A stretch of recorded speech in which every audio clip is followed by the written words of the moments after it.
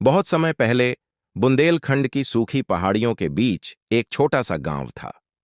उस गांव के पास एक पहाड़ी थी जिस पर दूर दूर तक कोई नहीं जाता था। गांव वालों का मानना था कि रात को उस पहाड़ी से कभी कभी घुंघरुओं जैसी ध्वनि आती थी, जैसे कोई पहरा देता हो। उसी गांव में रामेश्वर नाम का एक ग्वाला रहता था। एक दिन वह अपनी गायों को चराने पहाड़ी की तरफ ले गया। दोपहर का समय था। तेज धूप में बाकी सारे चरवाहे लौट आए, लेकिन रामेश्वर दूर तक चला गया। थककर वह एक बड़े पत्थर के पास बैठा ही था कि उसे लगा किसी ने उसके सिर पर हाथ फेरा हो। उसने पलटकर देखा, पर आसपास कोई नहीं था। डरते डरते उसने फिर नजर उठाई तो उस चट्टान पर एक बजरंग बली की आकृति खुदी हुई थी, पर किसी ने कभी उसे ध्यान से न देखा था। उस रात रामेश्वर को सपना आया।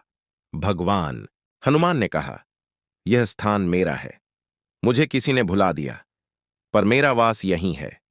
मेरी मूर्ति को प्रकाश में लाओ, तब गांव पर संकट नहीं आएगा। रामेश्वर सुबह सुबह गांव गया और सबको बात बताई, पर किसी ने उसकी बात का विश्वास नहीं किया। अगले ही दिन गांव पर एक परेशानी आई। अचानक 3 दिनों तक पानी नहीं गिरा और खेत सूखने लगे। तब बुजुर्गों को लगा कि शायद रामेश्वर की बात में सच्चाई हो। वे सब उसके साथ पहाड़ी पर गए।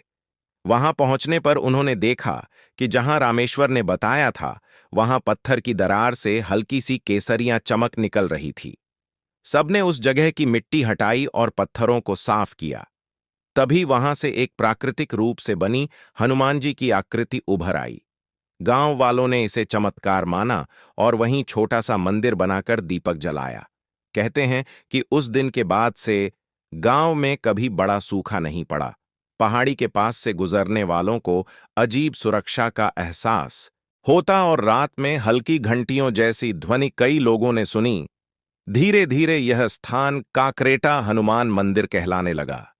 आज भी लोग मानते हैं कि यहाँ के हनुमान जी रक्षक हनुमान रूप में विराजते हैं, जो मुश्किल समय में गांव वालों की रक्षा करते हैं।